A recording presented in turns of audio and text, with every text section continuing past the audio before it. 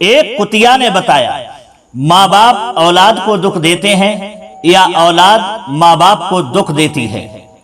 गंगा जमुना दो बहनों की कहानी। नमस्कार दोस्तों, स्वागत है आप सभी दर्शकों का फिर से हमारे YouTube चैनल दर्पण ज्ञान गंगा में। मित्रों, आज की कहानी आपके लिए बहुत ही ज्ञानवर्धक और शिक्षाप्रद है, जिसमें आज हम चर्चा करेंगे कि इस संसार में माँ बाप औलाद के लिए दुख देते हैं या औलाद माँ बाप के लिए दुख देती है। इसी विषय को लेकर के इस वीडियो में एक कहानी के माध्यम से हम चर्चा करने के लिए जा रहे हैं। ये कहानी और ये वीडियो आपके लिए बहुत ही प्रेरणादायक है। आपसे निवेदन है कि आप हमारी इस वीडियो के लिए शुरू से अंत तक ही देखें और इसमें बताई हुई ज्ञान की बातों पर ध्यान दें और उन पे अमल भी करें। आपके जीवन में बहुत काम आएंगे। तो चलिए दर्शक भाइयों, शुरू करते हैं इस वीडियो में ये बहुत ही शिक्षाप्रद कहानी। मित्रों, बहुत समय पहले की बात है। किसी नगर में एक सेठ का घर था और उसी सेठ के घर में दो कुतियां पली हुई थीं। वे आपस में बहुत ही घनिष्ठ सहेली थी। उनमें बहुत ही अच्छी मित्रता थी। कुछ समय के बाद में जो दोनों कुतियां थी उनके बच्चे भी हो जाते हैं। उनके पिल्ला जो थे वह छोटे छोटे थे। एक दिन की बात है, बड़ी कुतिया जो थी वह गांव में घूमने के लिए चली जाती है और अपने बच्चे के लिए अपनी घनिष्ठ सहेली छोटी कुतिया के पास में छोड़ जाती है। इधर जो छोटी उसकी सहेली कुतिया थी वह पड़ोस के घर से एक रोटी लेकर के आती है और अपने बच्चे को खिलाने लगती है। जो बड़ी कुतिया का बच्चा था वह भी उस रोटी को खाने के लिए उसके जब पास में जाता है तो वह छोटी कुतिया अपनी घनिष्ठ सहेली बड़ी कुतिया के बच्चे को दुत्कार देती है, उसे वहां से भगाने का प्रयास करती है। वह बच्चा जो था उदास हो जाता है। इधर कुछ समय के बाद में जब उस बच्चे की मां यानी बड़ी कुतिया लौट करके आती है, तब वह बच्चा अपना उदास चेहरा लेते हुए अपनी मां के पास में जाता है। वह बड़ी कुतिया अपने बच्चे से पूछती है कि बेटा, क्या हुआ है, आज तुम्हारा चेहरा उदास क्यों है? तब वह कुतिया का पिल्ला कहता है कि हे मां, आज आपकी सहेली ने मेरे साथ बहुत ही गलत बर्ताव किया है। जिस तरीका से आप मेरी मां हैं और उसी तरह से मैं आपकी सहेली उनको भी मां ही मानता हूं। मैं कभी नहीं ये सोचता हूं कि वो हमारी मां नहीं है। आपके चले जाने के बाद में जब वह छोटी मां जी कहीं से एक रोटी ले आती हैं और अपने बच्चे को खिलाने लगी, मैं भी उसी को खाने के लिए उनके पास में गई तो उन्होंने मुझको दुत्कार दिया, मुझ पर गुर्राया और मुझे वहां से भगाने की कोशिश की। हे मां, मैं ये जानना चाहता हूं कि इस संसार में माँ बाप औलाद के लिए दुख देते हैं या औलाद ही माँ बाप के लिए दुख देती है? इस हमारे प्रश्न का जवाब देने की कृपा करें। दोस्तों, तब वह बच्चे की मां यानी बड़ी कुतिया अपने बच्चे से कहती है कि बेटा, इस संसार में कर्म की महत्व है। अब चाहे वो कर्म अच्छा हो या बुरा हो, अपने कर्म के ही अनुसार उसकी प्रशंसा उसे समाज में मिलती है और महत्व मिलती है। आइए बेटा, हम तुम्हें एक कहानी के माध्यम से आज बताऊंगी कि इस संसार में माँ बाप औलाद के लिए दुख देते हैं या औलाद माँ बाप के लिए दुख देती है। इस तुम्हारे सवाल का जवाब मैं एक कहानी के माध्यम से दूंगी। तुम हमारी इस कहानी को ध्यान से सुनना। तब वह कुतिया का बच्चा कहता है कि हे मां, आप कहानी को सुनाइए और मैं ध्यान से आपकी कहानी को सुनूंगा। मित्रों, तब वह कुतिया जो है अपने बच्चे को कहानी सुनाती है और कहती है कि बेटा, इस आर्यावर्त में एक राजा राज्य करते थे। उनके राज्य में चारों तरफ खुशहाली थी। प्रजा अपने राजा को बहुत प्रेम भी करती थी, क्योंकि राजा भी अपनी प्रजा के हर दुख सुख का ध्यान रखता था। उनकी हर जरूरतें जो थी वह पूरी करता था। राजा बहुत ही दयालु था। उधर राजा की जो रानी थी वह भी बहुत ही धार्मिक प्रवृत्ति की महिला थी। रानी राजा बहुत ही अच्छे थे और प्रजा उन्हें बहुत मानती थी। वे भी अपनी प्रजा को अपने बच्चों के समान प्रेम करते थे। राजा रानी के राज्य में चारों तरफ खुशहाली छाई हुई थी, लेकिन राजा को एक ही दुख था। राजा रानी दोनों उसी दुख के कारण दुखी रहते थे। दुख कौन सा था? तब वह बच्चा कहता है कि हाँ मां, दुख कौन सा था? वह कुतिया अपने बच्चे से कहती है कि बेटा, दुख ये था, अभी तक राजा के महल में कोई किलकारी नहीं गूंजी थी। प्रजा भी अपने राजा के लिए दुआएं करती थी कि हमारे राजा के महल में कोई बच्चा जन्म ले ले। लेकिन राजा ने बहुत कोशिश की, बहुत हकीमों से रानी का इलाज कराया, लेकिन रानी के गर्भ से कोई बच्चा नहीं हुआ। थक हार कर राजा ने भगवान के ही ऊपर छोड़ दिया कि जब ईश्वर चाहेगा तब उनके राजमहल में किलकारी अवश्य गूंजेगी। मित्रों, राजा बहुत ही दयालु था। राजा के महल में जो भी साधु संत ब्राह्मण आते थे, राजा उनका आदर सत्कार करता और यथासंभव उन्हें दक्षिणा देकर के विदा करता था। ऐसे ही दिन बीत रहे थे। एक बार राजा के राज्य में वर्षा नहीं हुई, अकाल की नौबत आ गई। लोग त्राह त्राह करने लगे। राजा ने अपनी प्रजा के लिए अपने जो भंडार भरे हुए थे वे खोल दिए, जिससे कि प्रजा को किसी भी तरह की कोई परेशानी ना हो, कोई दिक्कत ना हो। प्रजा दोनों हाथ उठाकर राजा को दुआएं देती और कहती कि ऐसा राजा भगवान सबको दे, हमारे प्रभु हमारे राजा का दुख दूर करें, उन्हें एक संतान का सुख अवश्य प्रदान करें। मित्रों, राजा के महल में एक फिर साधु आया। राजा रानी ने उसकी बहुत ही सेवा की। राजा की सेवा को और आदर को देख करके साधु प्रसन्न हो गया। साधु ने फिर प्रसन्न होकर के रानी को एक फल दिया और कहा कि ये फल जो है खाने से रानी गर्भवती हो जाएगी और मां भगवती की कृपा से, मां पार्वती की कृपा से रानी के लिए एक सुंदर कन्या प्राप्त होगी, यानी सुंदर कन्या का जन्म होगा।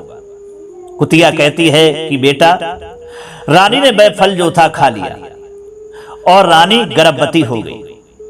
अब राजा के राज्य में अकाल की नौबत थी ही। राजा बड़ा ही चिंतित रहता था। धीरे धीरे समय बीता, रानी के प्रसव का समय आ गया और जो राज्य की प्रजा थी वह भी अकाल के कारण बहुत दुखी थी, क्योंकि जो भी फसलें बोई जा रही थी वह सब बिना पानी के नष्ट हो जाती थी। सूखा पड़ गया था। बिल्कुल राजा के भंडार भी खाली होने की नौबत पर आ चुके थे। लेकिन जैसे तैसे राजा अपनी प्रजा का काम चला रहा था।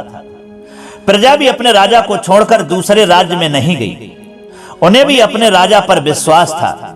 कुतिया कहती है कि बेटा, अब रानी को उधर प्रसव वेदना शुरू हुई। रानी ने एक सुंदर फिर कन्या को जन्म दिया। जैसे ही रानी ने कन्या को जन्म दिया, फिर काले काले बादल उमड़ने लगे और थोड़ी देर के बाद में मूसलाधार बारिश शुरू हो गई।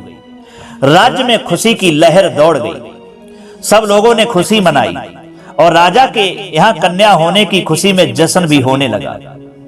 लेकिन ये जश्न कुछ ही देर का था, क्योंकि कन्या को जन्म देने के बाद में जो राजा की पत्नी यानी रानी थी वह भगवान को प्यारी हो गई। उसका देहांत हो गया। अब राजा पर तो दुखों का पहाड़ टूट पड़ा।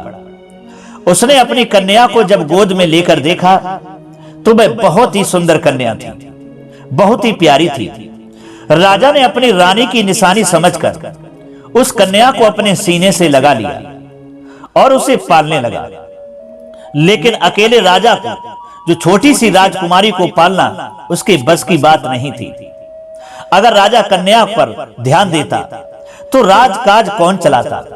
इसलिए राजा ने अपनी सबसे विश्वास पात्र दासी को अपनी कन्या पालने के लिए सौंप दिया और धीरे धीरे फिर वह कन्या बढ़ने लगी। उधर राजा की दासी बड़े ध्यान से कन्या की देखरेख करने लगी। प्रजा भी बहुत कन्या को आशीर्वाद देती थी, क्योंकि कहते हैं कि मां तो उसकी नहीं रही, लेकिन जब कन्या पैदा हुई थी तो बहुत मूसलाधार बारिश हुई, जो राज्य के लिए बहुत ही गुणकारी थी। राज्य के लोगों की फसलें बोई गईं और जो पानी की कमी थी वह सब पूरी हो गई। अन्न धन के भंडार लग गए। इसलिए उस कन्या का नाम गंगा रखा गया। कुतिया अपने बच्चे से कहती है कि बेटा, गंगा ने जो जन्म लिया था वह बहुत ही मासूम थी और सुंदर प्यारी सी कन्या थी। लेकिन राजा के मंत्रीगणों ने आपस में विचार विमर्श किया और उन्होंने फिर राजा से कहा कि राजा साहब, आप दूसरा विवाह कर लीजिए। आपको पत्नी की बहुत ही आवश्यकता है और आपकी बेटी के लिए मां की आवश्यकता है। राजा ने मना कर दिया, कह दिया वह अपनी बेटी के लिए कुमाता नहीं लाना चाहता है, क्योंकि वह अपनी बेटी की देखभाल खुद कर लेगा। लेकिन जब सबने समझाया तो राजा को भी लगा कि हां, उसे दूसरा विवाह कर लेना चाहिए। आखिर दासी के भरोसे वह कब तक अपनी कन्या को छोड़ेगा। लेकिन दासी जो राजकुमारी को बड़े प्यार से रखती थी, बिल्कुल मां के जैसा प्रेम करती थी। मां तो वह उसकी नहीं थी, लेकिन मां से ज्यादा ही बढ़कर उसे प्यार करती थी। कुतिया कहती है कि बेटा देखो, मां तो मां ही होती है, लेकिन पालने वाला भी मां से बड़ा होता है। फिर भी वह दासी थी, लोगों की नजरों में तो दासी थी। चाहे वह कितना भी प्यार करती, उस बच्ची के लिए कितना भी ध्यान रखती, लेकिन उसकी ममता पर, उसके प्यार पर कोई गौर नहीं करेगा, कोई ध्यान नहीं देगा। यही सोचकर राजा ने फिर दूसरा विवाह कर लिया। दूसरी रानी महल में आती है। राजा अपनी राजकुमारी को सीने से लगाकर रहता है, उसे बहुत प्यार करता है। लेकिन दूसरी रानी को यह बिल्कुल पसंद नहीं था कि राजा अपनी बेटी को ज्यादा प्यार करता है। अब रानी मन ही मन गंगा से बैर भावना रखने लगी। वह राजा के आगे तो गंगा को बहुत प्यार दिखाती थी, लेकिन वह उससे मन ही मन बहुत नफरत करती थी। दासी की देखरेख में जो गंगा पल रही थी, उधर गंगा को दासी में ही मां नजर आती थी। अब धीरे धीरे गंगा बड़ी होने लगी, मां का मतलब वह समझने लगी। लेकिन रानी में तो उसे मां कहीं नजर आती ही नहीं थी। रानी तो बस उसे डांट फटकार दिया करती थी, लेकिन दासी उसे बहुत प्रेम से रखती थी। कुतिया कहती है कि बेटा, इधर रानी भी गर्भवती हो गई और उसने भी फिर एक कन्या को जन्म दिया। उसका नाम जमुना रखा गया। अब रानी अपनी बेटी जमुना पर ज्यादा ध्यान देने लगी और दासी गंगा पर ध्यान देने लगी। गंगा धीरे धीरे बड़ी हो गई तो वह मां भगवती यानी पार्वती और भगवान शिव की पूजा करने लगी। बहुत ही बेचारी भोली थी। सारे नगरवासी गंगा को बहुत प्रेम करते थे। गंगा अपनी बहन जमुना को भी बहुत प्रेम करती थी, लेकिन रानी जमुना से गंगा को हाथ नहीं लगाने देती थी। अब गंगा 3 साल की हो गई और जमुना भी थोड़ी बड़ी हो गई। अब दोनों बहनें आपस में खेलती तो रानी गंगा को जमुना के साथ नहीं खेलने देती थी। ये बेचारी दासी देखती, लेकिन वह भी क्या कर सकती थी। वह गंगा को बहुत डांट डपट और घर के कामों में भी उसे लगाने की कोशिश करती। तो दासी कहती, रानी साहिबा, हम तो हैं काम करने के लिए, आप राजकुमारी से क्यों कह रही हो? लेकिन जब वह रानी दासी को डपट देती तो दासी बेचारी चुप हो जाती, क्योंकि वह थी बेचारी दासी ही, उसे क्या जवाब देती। उधर रानी ने देखा कि दासी का जो प्यार है गंगा के प्रति बढ़ता ही जा रहा है, तो उसने उस दासी को वहां से हटवाने की सोची और राजा से शिकायत कर दी कि ये गंगा का सही से ख्याल नहीं रखती है, इसलिए इसे हटा दो। राजा ने जब गंगा के बारे में दासी का बर्ताव रानी के मुखारबिंद से ऐसा सुना तो उसने तुरंत ही दासी को अपने घर से यानी वहां से हटा दिया। अब बेचारी गंगा को जब मां की कमी महसूस होती तो वह दासी को ढूंढती, लेकिन दासी वहां नहीं थी और सौतेली मां तो उसकी सौतेलों से भी बुरा व्यवहार करती थी। अब धीरे धीरे गंगा 6 साल की हो गई और जमुना भी 3 साल की हो गई। धीरे धीरे दोनों बढ़ रही थीं और एक ही स्कूल जाने के जब लायक हो जाती हैं, तब राजा ने उनके लिए विद्यालय में जो उन्हें शिक्षा दिलाने के लिए सोचा। तो रानी ने कहा कि गंगा को शिक्षा दिलाने की क्या जरूरत है, आप जमुना को दिलाइए। राजा ने पूछा, ऐसी क्या बात है? तब रानी ने पूरा त्रिया चरित्र बखेड़ दिया और अब राजा भी रानी को खोना नहीं चाहता था, क्योंकि राजा अपनी एक रानी को खोकर बैठा हुआ था। अब राजा का भी मन धीरे धीरे गंगा से उछलने लगा। तब वह रानी और जमुना पर ज्यादा ध्यान देता। बेचारी गंगा अपने को अकेला महसूस करती और भगवान से प्रार्थना करती कि हे प्रभु, मुझे मेरी मां मिला दे। लेकिन मां मिलना कहां उसके लिए नसीब में था। धीरे धीरे गंगा और बड़ी हुई। अब उसके लिए रानी जो थी घर के काम कराती और गौशाला में गाय के गोबर पानी के लिए उसे भेज देती। गौशाला में जाकर गऊओं की देखभाल करे। पहले का समय ऐसा था दोस्तों कि जानवर भी आपस में बातें किया करते थे। तो अब जो गंगा गौशाला में जाती और एक काली गाय थी, उसकी वह बहुत सेवा करती। गाय भी गंगा को देखकर अपनी बहुत पूंछ हिलाती थी। गंगा उसे मां कहती, तो वह भी अपनी जीभ से उसे चाटने लगती और बहुत प्यार करती। गंगा अपनी सारी बातें जो थी वह गाय से कह देती थी। गाय भी उसे बिल्कुल बेटी मानती। गंगा जो कहती गाय वही करती। गंगा कहती गाय से कि मां मेरी तो कोई मां नहीं है, आज से आप ही गौ माता हैं और मेरी मां है। तो गौ माता भी कहती हाँ गंगा, मैं तेरी मां हूं। और जब गंगा को भूख लगती तो गाय का दूध पी लेती। गंगा का दिल करता कि मुझे तो कहीं घूमना है। तो एक बार गौ माता ने गंगा से कहा, तू बहुत कहती है कि तुझे कहीं घूमना है, चल आज मैं तुझे दूसरे लोक की सैर करा के लाती हूं। गंगा से फिर गौ माता ने कहा, ऐसा कर तू हमारी पूंछ को पकड़ ले। और फिर गंगा गाय की पूंछ को पकड़ लेती है और गौ माता उसे जो थी दूसरे लोक में ले गई, यानी गोलोक में ले गई और वहां घुमा करके लाई। वहां सब चीजों की सुविधा थी। गंगा तो ये देख करके आश्चर्यचकित हो गई। तब वे कहने लगी गौ माता से कि हे गौ माता, हम कुछ दिन यहीं रहेंगे। इस पर गौ माता ने कहा, नहीं गंगा, यहां पर जिंदा लोग नहीं आते हैं, ये तो तू मेरे कारण आ गई है, इसलिए मैं तुझे गोलोक दिखाने लाई थी। यहां लोग मरने के बाद ही आते हैं। जिनके कर्म अच्छे होते हैं वो गोलोक या अन्य लोक में जाते हैं, और जिनके बुरे कर्म होते हैं वो नरक लोक में जाते हैं। ऐसे गौमाता ने गंगा को समझाया और उसे लेकर के आ गई। कुतिया कहती है कि बेटा, अब तो गौमाता और गंगा की बहुत पड़ती थी। वह सारे दुख सुख अपने गौमाता से कहती और गौमाता भी उसके एक साथी की तरह उसका साथ निभाती। अब गंगा के दिन अच्छे से बीत रहे थे, लेकिन जब उसकी सौतेली मां यानी रानी ने देखा कि गंगा तो अब वहां भी खुश है, तो वह समझने लगी जरूर ये गाय से बात करती है और इसके लिए और गायों की अपेक्षा जो काली गाय है उससे इसका ज्यादा लगाव है। तो जो रानी थी उसने राजा से कहा कि राजा साहब, आप एक काम कीजिए, ये काली गाय जो है ना अब दूध कम देती है, इसलिए इसे बेच दीजिए या इसे कसाई के हाथ सौंप दीजिए। अब ये सुनकर के गंगा रोने लगी। ये तो दासी बिछड़ने के बाद अब मेरी मां थी और इस मां के लिए भी रानी मां छीन लेंगे तो मैं कैसे रहूंगी। अब गंगा बेचारी बड़ी दुखी थी, लेकिन गाय माता ने भी गंगा से कहा कि गंगा रो मत, बिल्कुल रोने की जरूरत नहीं है। तूने मुझे मां माना है और मैंने तुझे बेटी माना है। देख कसाई के यहां तो मैं जाने से रही, कसाई तो न जाने मेरे साथ क्या करेगा, मेरी चमड़ी उतार लेगा, तो मैं ऐसा दुख नहीं भोगूंगी। लेकिन अगर रानी ने ठान ही लिया है तो वह ये काम करेगी जरूर। इसलिए गौमाता ने यानी उस काली गाय ने जो गंगा थी उसको गले से लगाया और दोनों ने खूब अपना आखिरी मिलन किया। फिर गौमाता ने गंगा के गोद में सिर रख करके अपने प्राण त्याग दिए। गंगा बहुत रोई, जैसे तैसे करके राजा उसे ले आया। अब गंगा बहुत उदास रहती थी, न किसी से ज्यादा हंसती, न बोलती, न किसी से बातें करती, बस अपने भगवान की पूजा करती। जो काम करने होते थे उन्हें करती। गंगा अपनी बहन जमुना से भी बहुत प्यार करती थी। दोस्तों, कुतिया कहती है अपने बच्चे से कि बेटा, जमुना भी अपनी बहन गंगा को बहुत पसंद करती थी, लेकिन मां के डर के कारण जमुना कुछ बोलती नहीं थी।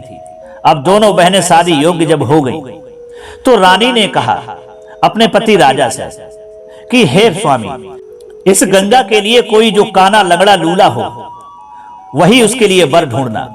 तब राजा ने कहा, रानी ये कैसी बातें कर रही हो? अरे ये भी तो हमारी बड़ी बेटी है, इसके लिए भला मैं ऐसा कैसे कर सकता हूं? लंगड़ा लूला इसके लिए पति कैसे ढूंढ सकता हूं? सारा समाज क्या कहेगा, प्रजा क्या कहेगी?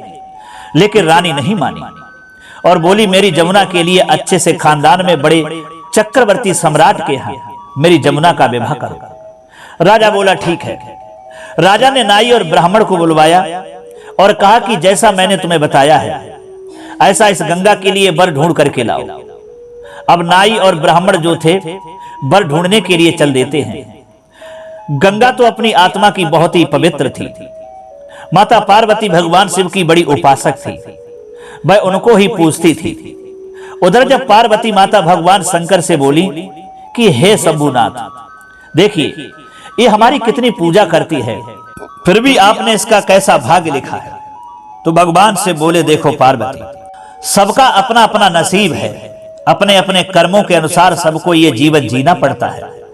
लेकिन पार्वती जी बोली, हे भोलेनाथ, अगर हम किसी की जो सहायता नहीं करेंगे, किसी की इच्छा पूरी नहीं करेंगे, तो हमें संसार में कौन मानेगा। तब शंकर भगवान बोले, पार्वती तुम चिंता मत करो। उधर भगवान शंकर की कृपा से एक राजकुमार अंधा लंगड़ा लूला बनकर एक पेड़ के नीचे बैठा था। वह तो अपने राज्य का गुप्तचर बनकर के दूसरे राज्य के शत्रुओं का पता लगाने के लिए बैठा हुआ था, ताकि कोई उसे पहचान न सके। और उधर तभी नाई और ब्राह्मण उसके पास में पहुंच गए और बोले, क्या तुम हमारे राजा की लड़की के साथ शादी करोगे। वह राजकुमार बोला, देखो मैं तो लंगड़ा लूला हूं, आंखों से भी हमें अच्छी तरह से दिखाई नहीं देता, मुझसे भला कौन विवाह करेगा।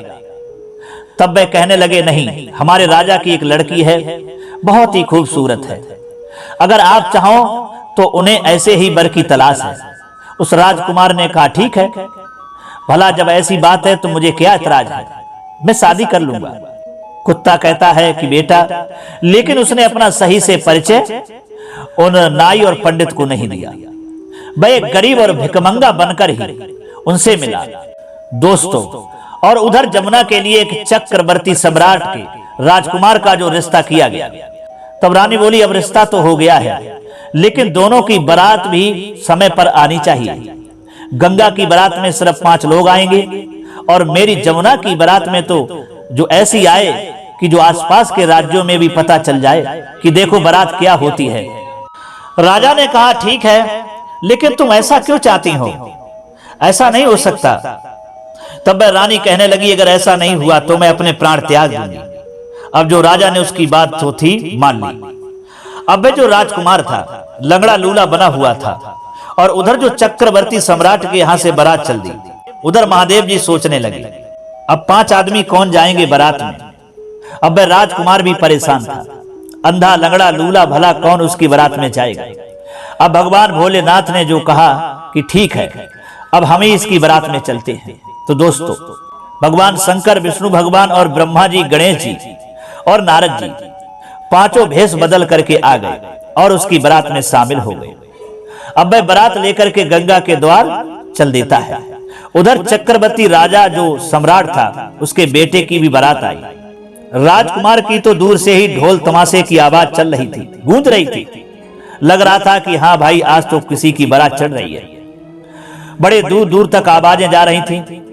और उधर बेचारी गंगा की जो शादी थी वह सादे तरीके से कर दी गई, ना कोई तमाशा था, ना कोई रौनक थी। लेकिन गंगा ने मान लिया, जहां मेरे माता पिता ने मुझको दिया है तो कुछ अच्छा ही सोच करके दिया होगा। वह खुशी खुशी विवाह के लिए राजी हो गई और उस लूले लंगड़े से उसने विवाह कर लिया। इधर जमुना भी विवाह होकर के विदा हो जाती है। दोनों बहनें गले मिलकर के रोती हैं। दोनों बहनों में बहुत प्यार था, लेकिन जमुना भी क्या कर सकती थी, और गंगा भी अपने पति के साथ विदा हो गई। चलते चलते राजकुमार जो था, जहां लगड़ा लूला कोड़ी बनकर के बैठा हुआ था, उसी पेड़ के नीचे पहुंच गया। फिर गंगा बोली राजकुमार से कि हे नाथ, आपका तो कोई घर परिवार भी नहीं है, आपका तो कोई घर है ही नहीं, मैं कहां रहूंगी। राजकुमार जो लंगड़ा लूला था कहने लगा कि हे गंगा, तुम मेरी पत्नी बनकर के आई हो, तो मेरा बसेरा तो इस पेड़ के नीचे ही है, इसलिए तुम्हें भी इस पेड़ के नीचे ही रहना पड़ेगा। गंगा बेचारी बड़ी पतिव्रता स्त्री थी, कहने लगी हे नाथ, जहां आप रहोगे वहीं मैं रह लूंगी, पति के चरणों में ही पत्नी का जीवन होता है। और इस तरीके की बातें करते हुए वे वहीं पर बैठ गए। अब भगवान शंकर बोले, ये तो मेरी अनन्य भक्त है, भले ये राजकुमार के साथ इस पेड़ के पास में कैसे रहेगी, कैसे अपनी रात बिताएगी। थोड़ी देर के बाद में भगवान की माया से एक संदेश वाहक आता है और वह बोला कि राजकुमार से कि हे राजकुमार, रानी की तबीयत बहुत ही खराब है और तुम्हें तुरंत महल बुलाया है। अब राजकुमार घोड़े पर सवार हो गया और गंगा को उसने घोड़े पर पीछे बैठा लिया। गंगा तो ये देखकर हैरान थी। वह ना तो लंगड़ा लूला था और ना ही अब अंधा बहरा था और ना ही उसके कोई भी कोढ़ था। पांचों बाराती जो थे, ब्रह्मा विष्णु महेश और नारद जी और गणेश जी, वे उनके साथ थे। वे बोले कि हमने बारात तक तुम्हारा साथ दिया है। राजकुमार ने कहा, आप बारात तक हमारे साथ रहे हो तो कम से कम मेरे घर तक भी चलो। मेरे माता पिता पूछेंगे कि हमसे बिना बताए ही तुमने विवाह भी रचा लिया है। मैं अपने माता पिता का इकलौता बेटा हूं, तो इन्हें इस चीज का दुख बहुत होगा। तो ब्रह्मा विष्णु महेश और नारद जी और गणेश जी उनके साथ चल दिए। अब जब महल में पहुंचे तो राजा रानी ने अब इतनी सुंदर बहू देखी तो वह तो सारा गुस्सा भूल गई, क्योंकि गंगा थी वह बहुत खूबसूरत थी। अब वह रानी बड़ी खुश थी, मेरे बेटे का विवाह हो गया है। लेकिन वह थोड़ी नाराज भी हुई कि हमारे दिल के अरमान थे, हमारे दिल में ही रह गए।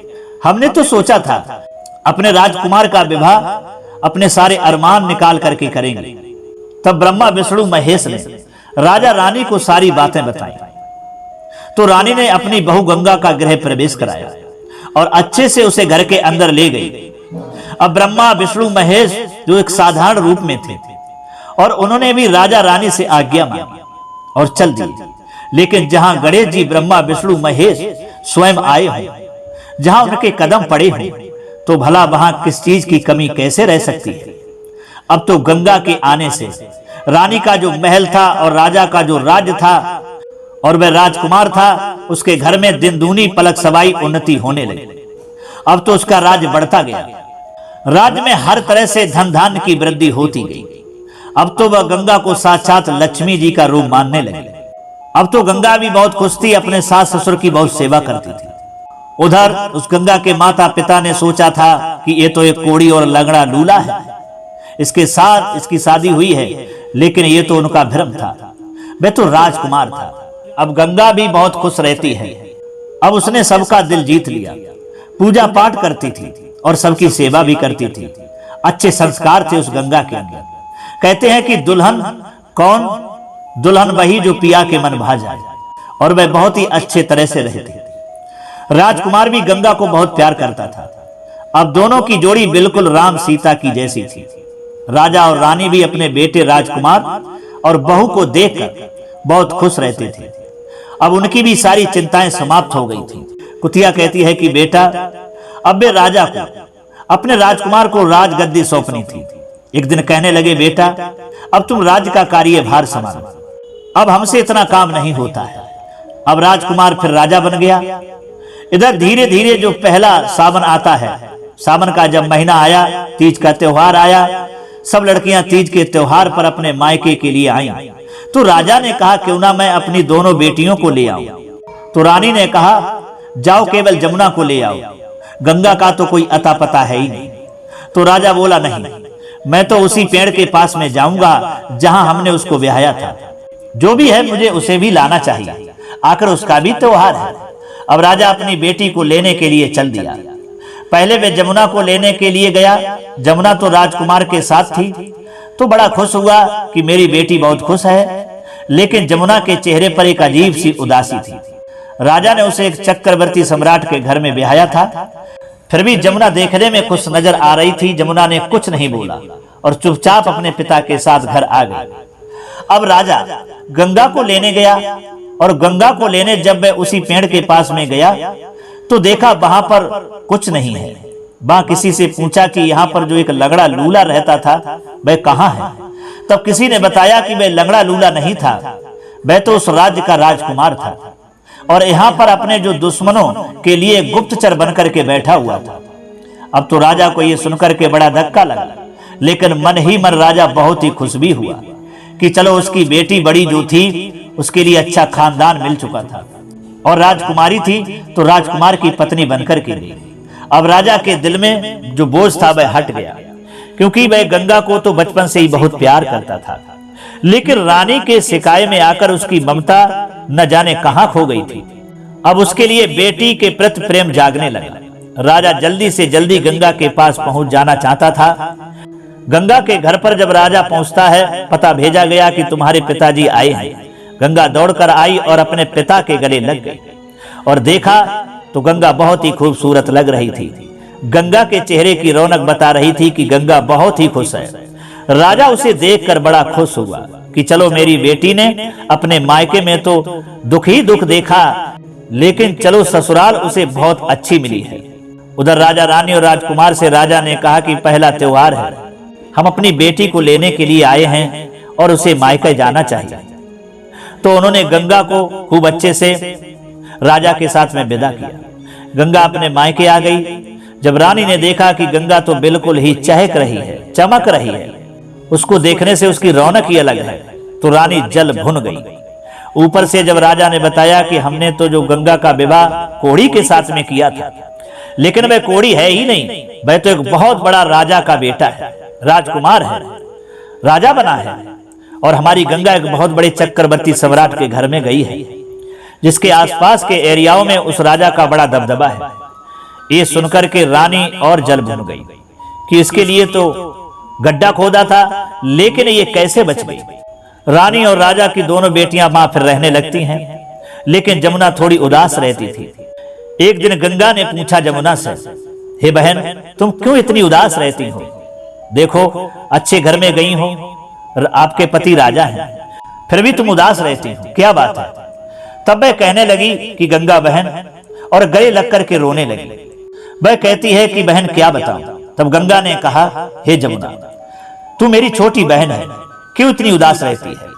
तब जमुना ने बताया, बहन, मेरी माँ ने जो कर्म किए हैं उनकी सजा मुझे मिल रही है।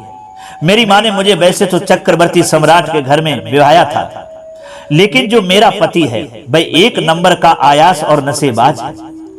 वह मेरी कोई कदर नहीं करता है, और मेरे सास ससुर का व्यवहार भी मेरी तरफ अच्छा नहीं है। वह लोग बात बात पर मुझे ताना मारते हैं, और मुझे तो घर के कोई काम करने भी नहीं आते, और मैं काम नहीं कर पाती हूँ, तो मुझे वे मारते पीटते हैं, लेकिन मैं अपने पिता से कैसे कहूँ? गंगा बोली, कोई बात नहीं बहन, तू चिंता क्यों करती है? अब मैं आ गई हूँ, तू मेरे साथ बैठ, और मैं तुझे सारे काम करने सिखाती हूँ, और तू काम करके उनका दिल जीत लेना, और फिर वह तेरी समस्या खत्म हो जाएगी। कुतिया कहती है कि बेटा, अब रानी तो बहुत जलती थी कि जमुना उसके साथ ना रहे, क्योंकि वह तो गंगा को बिल्कुल पसंद नहीं करती थी। लेकिन अब जमुना अपनी माँ से नहीं डरती थी। वह कह देती थी, क्या है माँ, मैं गंगा दीदी के साथ रहूंगी। क्या कमी है गंगा दीदी में जो आज तक आपको अच्छी नहीं लगी? इस पर रानी चुप हो जाती। अब गंगा ने उसे घर के सारे काम धीरे धीरे करने सिखा दिए। जमुना को अच्छे से खाना बनाना भी आ गया, कैसे किसका दिल जीतना चाहिए वह भी सब आ गया। क्योंकि गंगा की बहन जो जमुना थी वह थोड़ी अहंकार प्रवृत्ति की थी। माँ ने कभी उसे डांटा नहीं था, प्यार में पली थी, और काम भी उससे कभी करवाया नहीं था। गंगा बेचारी वक्त की मारी थी, सारे काम सीख चुकी थी, और उसका व्यवहार भी अच्छा था, तो सबका दिल जीत लेती थी। राज्य में भी सभी गंगा को बहुत प्यार करते थे। जमुना को लोग उसकी माँ की वजह से कब पसंद करते थे। उसका भी असर जो जमुना पर पड़ा था, जिससे वह थोड़ी सी घमंडी हो गई थी, लेकिन गंगा के साथ उसका व्यवहार हमेशा अच्छा रहा। गंगा से वह सारे काम सीखकर, और तीज का त्योहार जब बीत जाता है तो दोनों बहनें फिर अपने ससुराल चली गई। अब जब ससुराल गईं तो गंगा के तो जो सास ससुर बहुत ही अच्छे थे, उसको तो पलकों पर बिठा करके रखते थे। गंगा सबकी इच्छाओं का ध्यान रखती थी। और उधर जब जमुना गई तो उसमें भी काफी परिवर्तन आ गया। जमुना ने भी अब काम करना शुरू कर दिया, सबकी पसंद का ध्यान रखती। धीरे धीरे उसके सास ससुर उससे खुश रहने लगे। अब जो उसका पति था, जो कि आयास था, अब वह भी जब देखता है कि जमुना बहुत बदल गई है, पूजा पाठ करती है, वह उसे जब पहले लताड़ता था, धमकाता था, तो जमुना चुप नहीं रहती, उसे जवाब दे देती थी। लेकिन अब वह चुप रहती, कुछ नहीं कहती, और मासूमियत से रहती। धीरे धीरे राजकुमार जो था, उसे भी जमुना की मासूमियत पर तरस आने लगा, और वह जमुना की तरफ झुकने लगा। धीरे धीरे उनके रिश्ते भी सही हो गए, अच्छे बन गए। अब दोनों में प्रेम हो गया। इसका पूरा श्रेय जमुना अपनी गंगा बहन को देती थी, लेकिन रानी तो ये कहती कि मेरी बेटी का घर बिगाड़ने में उस गंगा का ही हाथ है। मैंने अपनी बेटी को नाजों से पाला, मैं राजकुमारी थी और आज देखो कितना काम करती है। ये सब गंगा की कारस्तानी है। वह गंगा से इसलिए बहुत नफरत करती थी, लेकिन गंगा उसे तो बेचारी को अपनी माँ ही हमेशा माना था। लेकिन वह तो फूटी आंख गंगा को देखकर खुश नहीं रहती थी। अब वह गंगा को कोसती रहती थी। उधर जब जमुना मायके आई तो वह गंगा को कोस रही थी, तो जमुना ने अपनी माँ को दुत्कारा और कहा कि माँ, तूने तो हमेशा मेरी बहन में सौतेलापन किया है, लेकिन मैं आज अपनी बहन की वजह से ही अपने घर में आज प्रसन्न हूँ, खुश हूँ।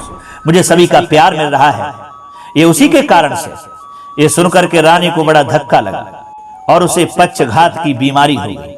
उधर गंगा को पता चलता है कि उसकी सौतेली माँ को पक्षघात हो गया। ये खबर सुनकर के गंगा जो थी व्याकुल होकर के अपने मायके में आती है और जब अपनी माँ के पास में बैठी तो रानी की आंखों में आंसू बह रहे थे।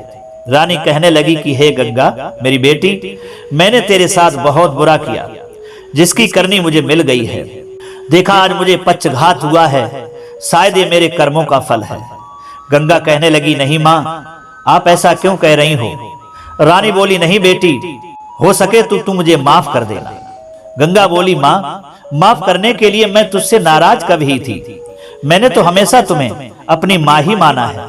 रानी कहने लगी बेटी, तूने तो मुझे माँ माना, लेकिन मैंने तुझे कभी अपनी बेटी नहीं माना।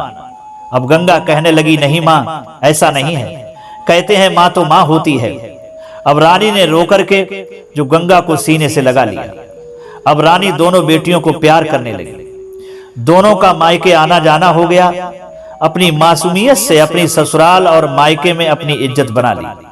राजा भी बहुत खुश था, क्योंकि उसकी दोनों बेटियों को बराबर का हक सम्मान मिल गया।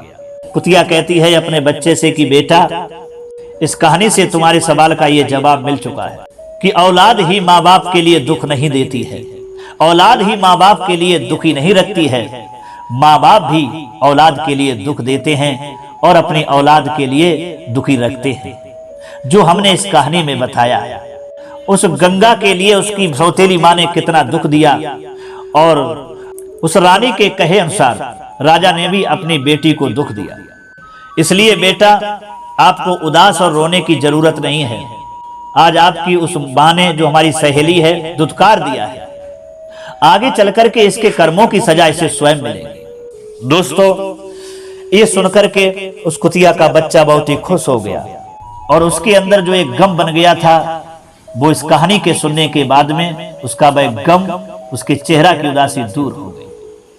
तो दोस्तों, अब तो आप ही इस कहानी के माध्यम से जान ही चुके हैं कि औलाद ही नहीं माँ बाप को दुख देती है, माँ बाप भी औलाद के लिए दुख देते हैं। दोस्तों, उम्मीद करता हूं ये कहानी आपके लिए बहुत ही अच्छी लगी होगी। अगर पसंद आई है तो कमेंट बॉक्स में जरूर बताना, हो सके तो अपने दोस्तों के लिए भी शेयर करना। आप सभी को बहुत बहुत धन्यवाद। सभी दर्शकों के लिए जय श्री कृष्णा।